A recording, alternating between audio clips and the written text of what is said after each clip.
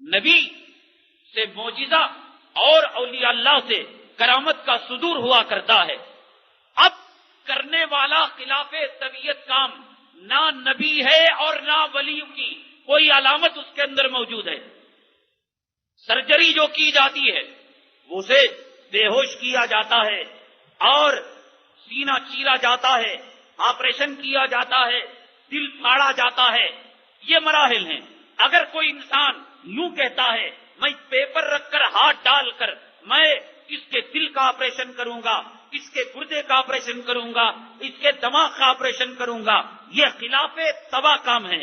اب یہ کرنے والا نہ نبی ہے نہ ولی ہے. ولی اس لیے نہیں کہ چہرہ بھیڑوں چماروں کی طرح ہے، نماز کا اہتمام نہیں، پردے کا اہتمام نہیں، غیر محرم عورتیں سامنے آ رہی ہیں، حلال حرام کی تمیز نہیں، تو اس لیے نہ یہ ولی ہے نہ یہ نبی ہے. تو اگر کوئی ایسا کام جس کو عام آدمی نہ کر سکے اور کوئی آدمی کرے جو ولی بھی نہیں اور نبی بھی نہیں، تو ایسے آدمی کو ہم جادوگر کہیں گے. وہ شیطان کو اپنے تابع کر کر اس قسم کی شعبدہ بازی کرتا ہے. لوگ کہتے ہیں بھئی ہم نے آنکھوں سے دیکھا، اس نے ہاتھ ڈالا اور دل کو نکالا، ہاتھ ڈالا گردے کو نکالا، کنکریوں کو نکالا، پٹلم میں بند کر دے دیا. یہ اگر ولی کرے تو ممکن ہے اللہ تبارک تعالیٰ سے مانگ کر وہ کر رہا ہو.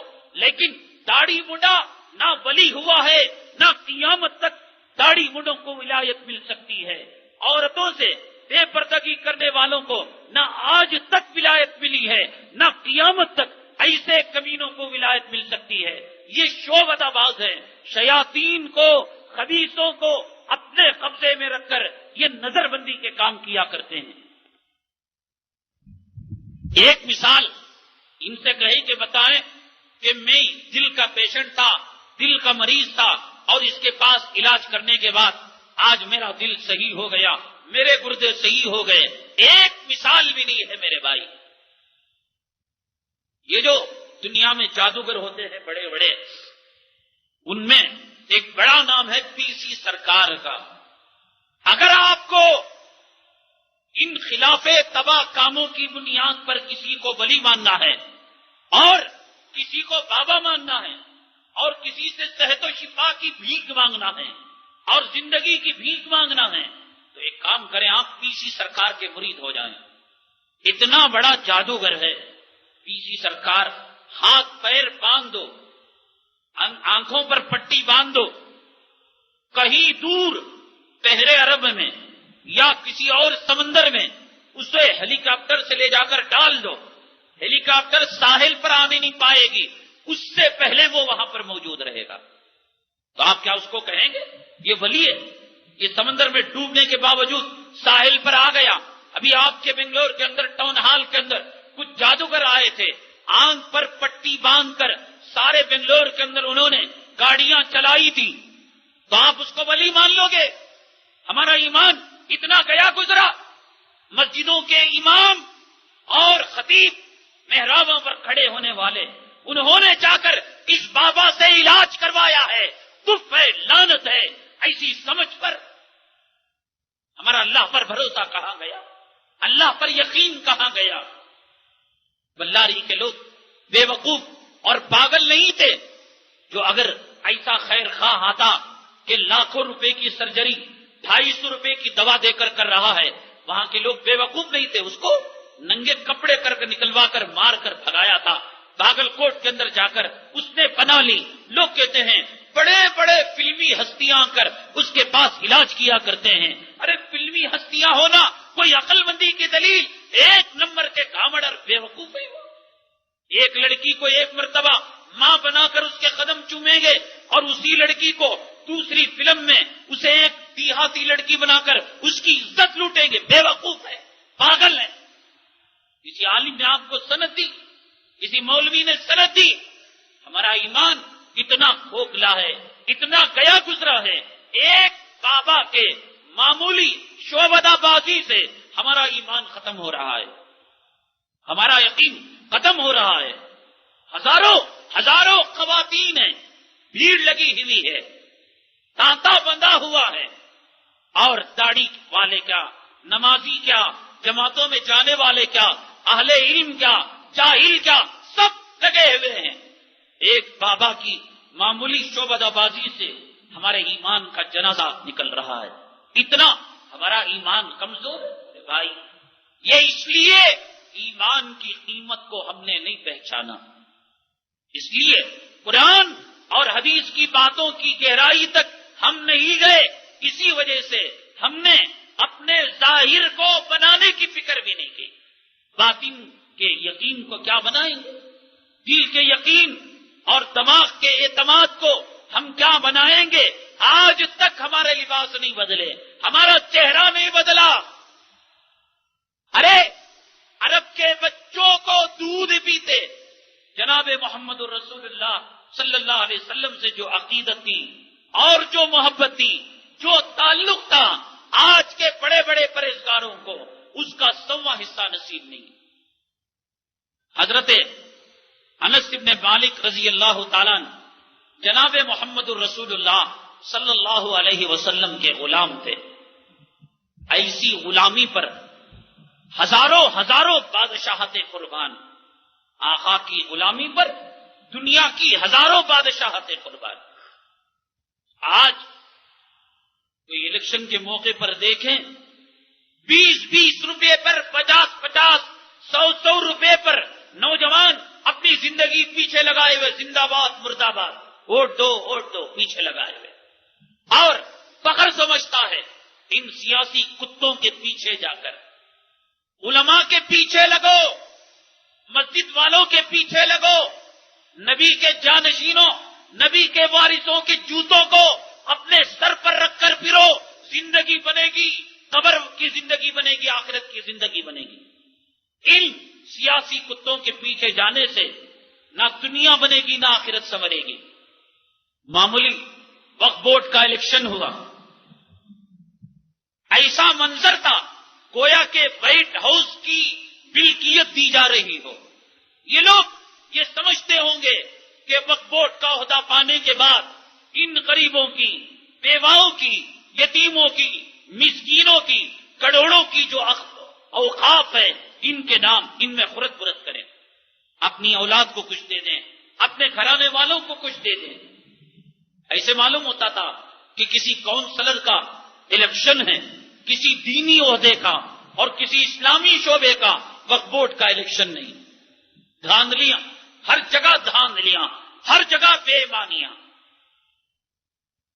حضرت انس جب چلنے پھرنے کے لائق ہوئے اور کچھ سمجھنے سمجھانے کے لائق ہوئے، آپ کے والدین نے آپ کو لا کر نبی کریم صلی اللہ علیہ وسلم کی خدمت میں دے دیا۔ اے اللہ کے نبی صلی اللہ علیہ وسلم، آپ کی خدمت میں بچہ رہے گا، جیسے چاہیں آپ ان کو استعمال فرمائیں۔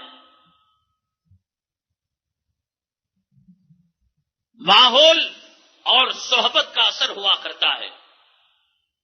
یہ چماروں کے ساتھ اٹھتے بیٹھتے رہو گے، یہ سیاسی کتوں کے ساتھ پیچھے زندہ آباد مرد آباد کے نعرے لگاتے رہو گے، تم بھی سیاسی کتے بن جاؤ گے۔ اللہ والوں کے ساتھ ملا کرو گے، دل میں اللہ کا ڈر پیدا ہوگا، اللہ کا خوف پیدا ہوگا۔ اپنی نظام زندگی میں مہینے میں 1 مرتبہ، 2 مرتبہ، 3 مرتبہ ایک ٹائم آپ بنائیں، میں فلاں بزرگ سے 2 گھنٹے جا کر ملاقات کروں گا۔ کچھ بھی نہ ہو، نہ آپ بولیں نہ وہ کچھ کہیں، آپ بیٹھ کر آ جائیں۔ آپ کو بولنا نہیں پڑتا، آنکھ سے سننا نہیں پڑتا، آنکھ کے جو قریب جاتا ہے روشنی بھی مل جاتی ہے اور حرارت بھی مل جاتی ہے۔ اللہ والوں کا جھوٹا مل جائے، اللہ والوں کی جوتوں کی جگہ مل جائے، بیٹھ کر آ جائیں، اپنے ایمان کی بیٹری کو چارج کریں۔ سنیما کے سامنے بیٹھے، ٹی وی کے سامنے بیٹھے، یہ پوری بیٹری ڈسچارج ہو جائے گی ایمان کی، اور قرآن اور حدیث کی کوئی بات سمجھ میں نہیں آئے گی۔ اللہ نے روپیہ دیا، پیسہ دیا، جائیں حضرت مولانا ابرار الحق صاحب دامت برکاتہم ہردوئی جائیں، ایک 8 دن گزاریں، جائیں حضرت مولانا ارشد مدنی صاحب دامت برکاتہم کے یہاں جائیں حضرت شیخ یونس صاحب کے یہاں، جائیں آپ حضرت مولانا طلحہ صاحب کے یہاں، ایک نظام تو بنائیں۔ اپنی روح کو خراب کرنے والے اتنے جراثیم ہیں، روح کے اندر تازگی بخشنے کا ایک نظام تو بنائے، کوئی نہیں بناتا۔ صحابہ کا ایمان ہمالیہ پہاڑ سے زیادہ مضبوط، لیکن اس کے باوجود اللہ کے حبیب پاک آقا انعامدار جناب محمد الرسول اللہ صلی اللہ علیہ وسلم کی مجلس میں جب تک نہیں بیٹھتے، آپ کو جب تک نہیں دیکھ لیتے، خدا کی قسم انہیں راحت نہیں ملا کرتی تھی۔ بچوں کو وقت کیا کر دیتے۔ حضرت انس بن مالک کو دے دیا، بچپنے میں جب چلنے لگے، بولنے لگے، فرمایا اے اللہ کے نبی صلی اللہ علیہ وسلم، آج سے ہی آپ کے غلام ہیں، جیسے چاہیں استعمال کریں۔ اور غلام بھی کس کی؟ آقا کے۔ ایسی غلامی پر میں نے کہا ہزاروں بادشاہت قربان، کل آپ کا انتقال ہو جائے، آپ کا نام فرض کیجئے نصیر احمد ہے، بھئی کون نصیر احمد کا انتقال ہو گیا، تو کوئی آپ کے جانے کے بعد یہ نہ کہے وہ نصیر احمد کاؤنسلر کے ساتھ زندہ آباد مرد آباد بولنے کو پھرتا تھا نا، یہ بات نہیں بولنا۔ وہ نصیر احمد جو مسجد کو سب سے پہلے آیا کرتا تھا اور سب سے بعد میں جایا کرتا تھا، وہ نصیر احمد جو اذان کے بعد اللہ کے قرآن کو کھول کر بیٹھ جایا کرتا تھا، وہ نصیر احمد جو علماء کی عقیدت دل میں بسایا ہوا تھا، وہ نصیر احمد جو ولیوں کے جوتوں کو سیدھا کیا کرتا تھا۔ موت کے بعد ایسے نقشے کو آپ چھوڑے، ایک اچھے تاثر کو چھوڑے کہ موت کے بعد آپ کو کوئی برے نام سے یاد نہ کرے۔ وہ جو ودھان سبھا کے پاس سیڑھیوں پر بیٹھا رہتا تھا، بھارتوں کے چکر لگایا کرتا تھا اور الیکشن کے موقع پر روپیہ کمایا کرتا تھا، میرے بھائی 4 دن کی زندگی ہے، اچھے نقوش چھوڑ کر چلے جائیں۔ غلامی بھی کیسی؟ حضرت انس بن مالک رضی اللہ تعالیٰ عنہ فرماتے ہیں ایسی شفقت، ایسی محبت میری ماں اور میرے باپ بھی نہ کیا کرتے تھے۔ ایک مرتبہ میرے آقا جناب محمد الرسول اللہ صلی اللہ علیہ وسلم نے مجھے کسی کام کے لیے بلایا، تو مجھ سے کچھ دیر ہو گئی، تو فرماتے ہیں آقا دو عالم صلی اللہ علیہ وسلم میرے پاس اٹھ کر آئے کہ مجھے کچھ کہیں، لیکن دیکھا کہ میں کھیل کود کے اندر مشغول ہوں۔ آقا دو عالم جناب محمد الرسول اللہ صلی اللہ علیہ وسلم فرمایا انس ٹھیک ہے بیٹا، تم کھیل لینا، اپنا کام خود کر لوں گا۔ پوری زندگی میں ایک واقعہ تھا کہ نبی اپنی ناراضگی کو ظاہر کرنے کا موقع تھا، لیکن فرماتے ہیں اس موقع پر بھی آپ نے فرمایا بیٹا انس کھیل لے، تیرے کھیلنے کی عمر ہے، اپنا کام خود کر لیا کروں گا۔ ایسی محبت، ایسی شفقت جسے ملی ہو، فرماتے ہیں جناب محمد الرسول اللہ صلی اللہ علیہ وسلم کا وصال مبارک ہو گیا اور آپ کفن میں لپٹے آرام فرما رہے ہیں۔ حضرت انس بن مالک رضی اللہ تعالیٰ عنہ کو اطلاع دی گئی جناب محمد الرسول اللہ صلی اللہ علیہ وسلم کا وصال مبارک ہو گیا ہے، آپ دنیا سے پردہ فرما چکے ہیں۔ فرماتے ہیں حضرت انس بن مالک رضی اللہ تعالیٰ عنہ میں گیا، آقا کے چہرے کو دیکھا، وہی تر و تازگی، وہی نشاط، وہی مسکراہٹ، وہی زندگی کے آثار، چیخ کر کہا میرا مالک، میرا محبوب اور میرے آقا دنیا سے پردہ نہیں فرما سکتے۔ کوئی خبردار جو یوں کہے گا کہ میرے آقا مجھ سے بچھڑ چکے ہیں، لیکن زندگی کی حقیقت ایک کڑوی حقیقت تھی جسے مجھے تسلیم کرنا تھا، لیکن میرا دل کہہ رہا تھا، میرا ضمیر کہہ رہا تھا انس تیرا محبوب تجھ سے بچھڑ نہیں سکتا اور تو تیرے محبوب سے نہیں بچھڑ سکتا۔ انس فرماتے ہیں دیوانہ وار جنگلوں میں نکل گیا، مدینے کی گلیوں میں نکل گیا، چیخ چیخ کر کہنے لگا کہ میرے محبوب مجھ سے جدا نہیں ہوئے، لیکن فرماتے ہیں ایک بات کو دیکھ کر مجھے حقیقت کو تسلیم کرنا پڑا۔ مدینہ منورہ کی گلیوں میں گیا، اپنی محرم عورتوں کے پاس گیا، میرے محبوب کی جدائی کے تعلق سے معلومات کو حاصل کرنے کے لیے، تو چنانچہ عورتیں رو رہی ہیں اور بچے رو رہے ہیں گودوں کے اندر۔ میں نے پوچھا یہ بچے رو رہے ہیں، مائیں تم کیوں دودھ نہیں پلاتی، کیوں تم ان کے بھوک کو پورا نہیں کرتی، ان کے شکم کو سیر نہیں کرتی اور ان کی پیاس کو نہیں بجھاتی؟ تو ماں نے کہا اے انس کیا تمہیں معلوم نہیں کہ جب سے آقا دو عالم جناب محمد الرسول اللہ صلی اللہ علیہ وسلم کا وصال مبارک ہوا ہے، بچوں نے ماؤں کی چھاتیوں سے دودھ پینا چھوڑ دیا ہے۔ حضرت انس فرماتے ہیں اس بات کو دیکھ کر میرے دل کو یقین ہوا کہ واقعتاً آج بچوں کو بھی نبی کی جدائی کا صدمہ ہو چکا ہے۔ تب انس فرماتے ہیں میں نے اپنے دل کو یقین دلایا کہ انس آج تو تیرے محبوب سے جدا ہو چکا ہے، آج سے تو یتیم ہو چکا ہے۔ مدینے کے بچے نبی کی جدائی پر ماؤں کی چھاتیوں سے دودھ پینا چھوڑ دیں، میرے بھائی کون سا جگر رکھتا ہے کہ اپنے چہرے سے نبی کی داڑھی کو نکال کر پیٹ بھر کر تو کھانا کھا رہا ہے، نمازوں کو چھوڑ رہا ہے، سنتوں کے جنازے نکال رہا ہے۔ نبی کے چہرے کا دیدار نہ ہونے پر بچوں نے ماؤں سے دودھ پینا چھوڑ دیا، داڑیاں مڈا کر یہود و نصارہ کے لباس کو اپنا کر آج کیسے ہمت ہو رہی ہے سیر و تفریح کرنے کی اور خوشیاں منانے کی۔ اصل بات یہ ہے ہمارے دلوں میں ہم نے یقین کو نہیں اتارا، اللہ تعالیٰ کے عذاب کا یقین نہیں اور قبر کی زندگی کا یقین نہیں۔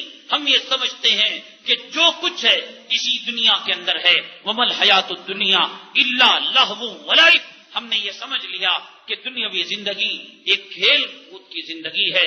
قرآن نے کہا فَلَا تَغُرَّنَّكُمُ الْحَيَاةُ الدُّنْيَا وَلَا يَغُرَّنَّكُمْ بِاللَّهِ الْغُرُورُ۔ اے لوگو تمہیں دنیا کی زندگی دھوکے میں نہ ڈالے، اس زندگی میں دنیاوی زندگی سے دھوکے میں نہ آؤ کہ ہم نے نماز کو چھوڑا، ہم نے روزے کو چھوڑا، ہم نے داڑیاں مڈائی، ہم نے نبی کی نافرمانی کی۔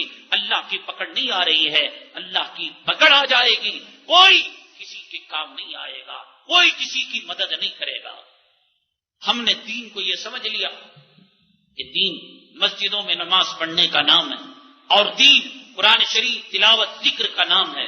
میں آپ کو تفصیل سے اگلی جمعہ انشاءاللہ بتاؤں گا کہ ہمارے معاملات، ہمارا اولاد کے ساتھ سلوک، کاروبار کے اندر معاملات، دنیاوی زندگی، بازار کی زندگی، ایک دوسرے کا لین دین جب تک اللہ کے بتائے ہوئے طریقے پر نہیں ہوگا، جناب محمد الرسول اللہ صلی اللہ علیہ وسلم کے بتائے ہوئے طریقے پر نہیں ہوگا، اگر ہماری دنیا غلط ہوگی تو ہمارا دین بھی درست نہیں ہو سکتا۔ ہمارے معاملات اگر خراب ہیں، اللہ کی قسم ہماری نمازیں، ہمارے سجدے بھی قبول نہیں۔ اس لیے جو لوگ اپنے آپ کو دیندار سمجھتے ہیں، نمازی سمجھتے ہیں، جنت کے راستے کے راہی اور مسافر سمجھتے ہیں، جب تک اپنے معاملات کو اور دنیاوی زندگی کو صاف نہیں کر لیتے، آخرت بھی نہیں سدھرنے کی۔ نبی کریم آقائے دو عالم جناب محمد الرسول اللہ صلی اللہ علیہ وسلم نے ان معاملات کی صفائی کی کیا اہمیت بیان کی ہے اور کیا تاکید بیان کی ہے، انشاءاللہ اس کا بیان اگلی جمعہ ہوگا۔ اللہ تعالیٰ سے دعا ہے اللہ تبارک تعالیٰ ہمیں آقائے دو عالم جناب محمد الرسول اللہ صلی اللہ علیہ وسلم کی سنتوں سے محبت کرنے اور اس پر عمل کرنے کی توفیق نصیب فرمائے، آمین واخدان الحمدللہ رب العالمین۔